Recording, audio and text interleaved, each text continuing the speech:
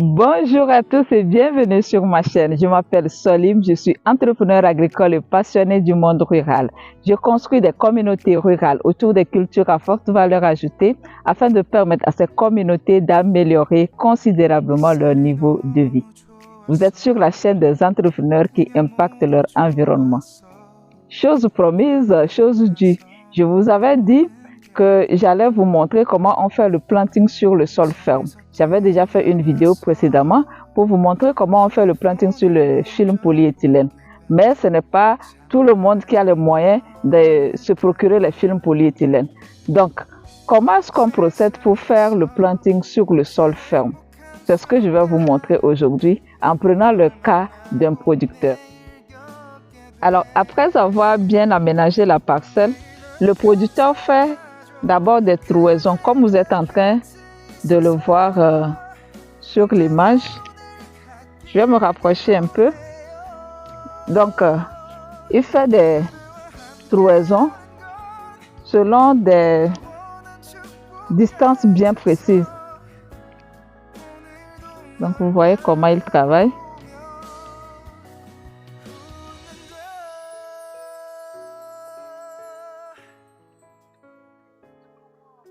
Il y a différents schémas culturaux. Il a choisi de faire 40 cm entre deux lignes de double rangée et sur la même ligne 30 cm entre deux plans.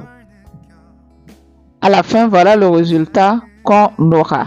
Mais il y a d'autres schémas culturaux que vous pouvez adopter. Ce n'est pas le seul. Nous sommes ici sur la plantation d'un grand producteur.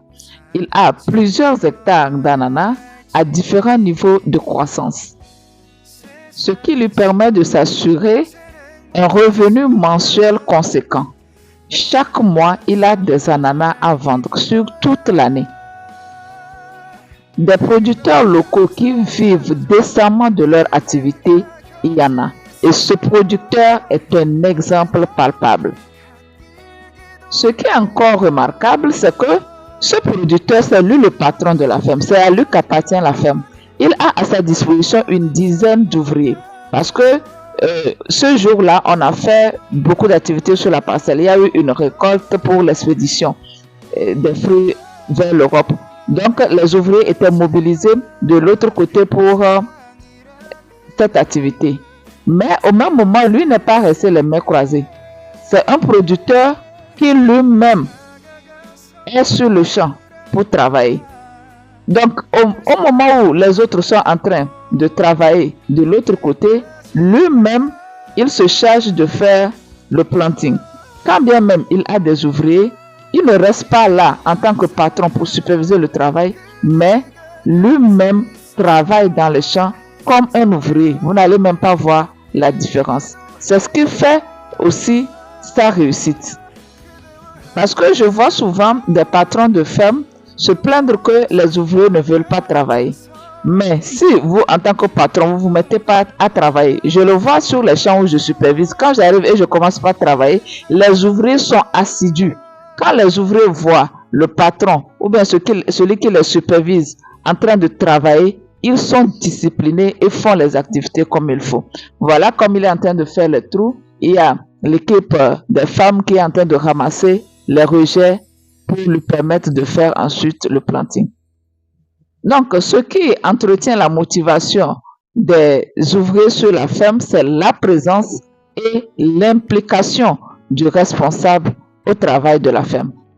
Je me filme moi-même un moment parce que je sais que je ne vais pas trouver un ouvrier qui va me filmer. Tout le monde est fatigué. Donc, je me filme un moment avant que les choses sérieuses ne démarrent. L'étape de trouaison est passée. Donc, le producteur est en train d'enrouler les cordes qu'il avait mis tout autour de la parcelle pour pouvoir prendre les mesures. Et maintenant, le planting peut commencer. Il prend les rejets qu'on lui a servi sur la parcelle et le met dans les trous qu'il a déjà fait. Donc, pour faire le planting, préalablement, il faut faire le calibrage, c'est-à-dire mettre ensemble les rejets de même taille. Mais ici, lui, il a choisi d'aller directement. Quand on lui livre le rejet, il fait en même temps le tri avant de planter.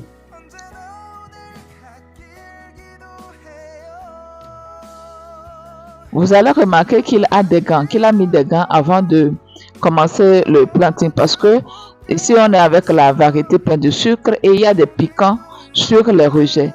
Donc il faut mettre les gants au risque de se blesser par les épines qui y sont.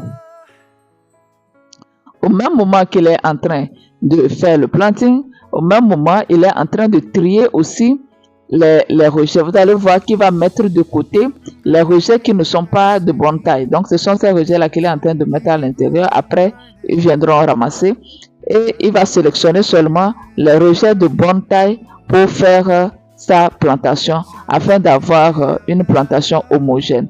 Le champ d'ananas, c'est un champ où on respecte vraiment l'esthétique.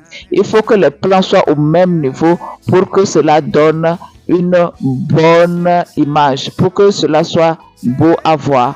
Et aussi, pas seulement pour ces raisons-là, mais pour avoir un même niveau de croissance. Alors, j'ai compris que s'il faut que je les laisse seuls travailler, on va pas vite terminer. Donc, j'ai déposé ma caméra et j'ai reparti les rejets. Vous voyez, j'ai fait le calibrage et j'ai reparti les rejets tout au bout des trous. Donc, il suffit juste de prendre les rejets et de le mettre dans le trou pour que cela aille très vite. En plus, il est très rapide. Idéalement, c'est ce qu'il faut faire pour faciliter le planting. Faire le calibrage et répartir les rejets de même taille au bout des trous. Donc, celui qui va faire la plantation après, ce serait beaucoup plus facile pour lui d'avancer, bien d'évoluer, comme vous êtes en train de voir sur l'image. Et comme tout travail, quand on commence, à un moment donné, on termine. Voilà, nous sommes déjà à la fin de notre planting.